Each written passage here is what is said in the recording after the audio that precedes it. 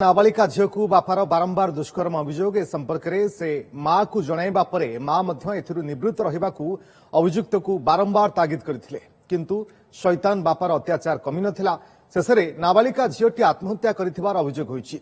ए घटना हेउछि पुरी जिला कोणार्क अंचलर शनिवार राति रे झीलटी घरे आत्महत्या करिथिला। जानिबा परे मां तुरंत गोप हॉस्पिटल को नैथिले किंतु सेठारे डाक्टर झील को मृत घोषणा करबा सहित ए संपर्क में थाना को जणाइथिले। स्वामी विरोध में कड़ा कार्यानुष्ठान नेबाकू मां दाबी करिसेंती। अभियुक्त फेरार अछि। पुलिस कहिछि परिवार तरफ विधिबद्ध भाव में कौन अभियोग नाही। निज आड़ू मामला रुजु करी तदंत करुछि पुलिस। साइंटिफिक टीम घटनास्थल को जाई तदंत करिछि। झीर एक सुइसाइड नोट जबत होइतिबा मध्य सूचना मिलिछि।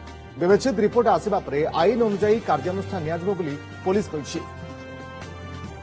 आईआईसी गोप सेटा को आमको पठेला पर आम गोटे यूडी केस कर 4/24 करके जहाँ टाइटेल अच्छी से अनुसार कराई इनक्वेस्ट पर आज आम पूरी पठेचु पोस्टमार्टम से तो आमको अभियोग करना किंतु अभियोग बाहर आम जदि शुणुचु से डायरेक्ट सी आमको लिखित कि ओराली किसी कही ना इनक्वारी जब आसे आम जहाँ कार्यानुष्ठान करावा कथा कराहब।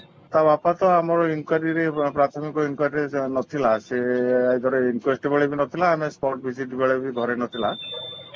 आम जहाँ खबर नेलु से इनसिडेंट पर कुआडे पळै सेटा आम साइंटिफिक टीम आसीथिले सेटा को सी स्पॉट विजिट बेले ताकू करके ताकू हैंड ओवर करिवे से हमको कला पर से तार हैंड नोट कौन अच्छी देखिए जहाँ इनक्वारी आसो।